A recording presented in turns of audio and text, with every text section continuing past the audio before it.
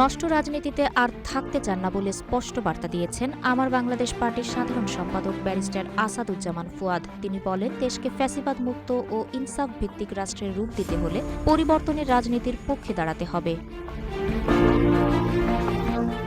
৪ ফেব্রুয়ারি বরিশালের বাবুগঞ্জ উপজেলার বিভিন্ন এলাকায় গণসংযোগ ও পথসভায় তিনি এসব কথা বলেন। তিনি জানান, দীর্ঘ ৫৫ বছর ধরে বরিশাল ৩ আসন অবহেলিত থেকেছে। সম্ভাবনা থাকা সত্ত্বেও সৎ ও যোগ্য নেতৃত্বের অভাবে এখানকার মানুষ বারবার বঞ্চনার শিকার হয়েছে।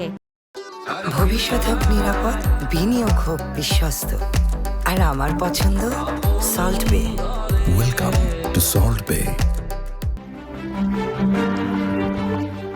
এবি পার্টির এই নেতা বলেন, পুরনো ধারার রাজনীতি আর চলতে দেওয়া যায় না। জনগণের সরকার গঠন এবং উন্নয়নের ধারাবাহিকতা বজায় রাখতে হলে ঈগল প্রতীকে ও হ্যাঁ ভোট দিতে হবে, নইলে দেশে আবারও ফ্যাসিবাদী শক্তির উত্থান হতে পারে বলে তিনি সতর্ক করেন। পথসভায় বিভিন্ন রাজনৈতিক দলের নেতাকর্মীরা উপস্থিত ছিলেন এবং তারা পরিবর্তনের রাজনীতির পক্ষে ঐক্যবদ্ধ হওয়ার আহ্বান জানান।